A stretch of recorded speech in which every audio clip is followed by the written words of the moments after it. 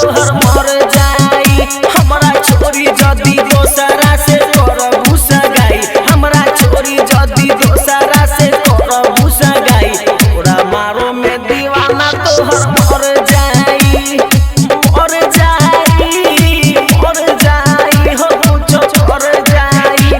तोहरे डोलिया के संगे जनाजा हमर जाई, तोहरा डोलिया के संगे जनाजा हमर जाई, तोरा मारो में दीवाना तोहर मर जाई, मर जाई, मर जाई हो कुछो कर जाई।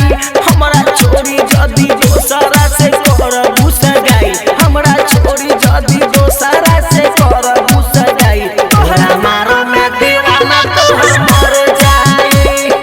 DJ Mithu, DJ Mithu, Raja Patsoni. Recording by Saraswati studio Muzaffarpur.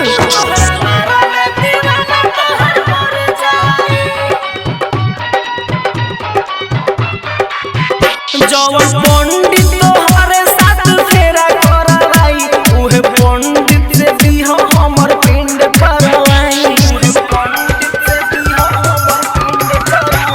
जवन पंडित तोहरे साथ फेरा करवाई, उहे पंडित से बिहा हमर पिंड परवाई। जौना हाथ में रचैबू नाम पियावा के मेहदी, जौना हाथ में रचैबू नाम पियावा के मेहदी, हमर खुनावा के रंग ओमे चढ़ जाई, चढ़ जाई, चढ़ जाई हो कुछो कर जाई।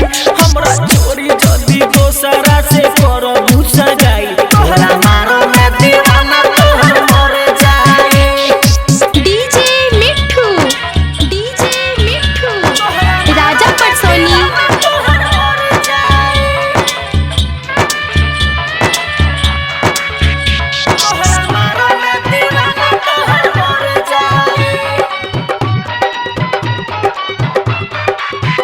खुश रही होए जान छोड़ तोहर जहान, तू तो जइबू ससुरारे हम जाइबू शमशान।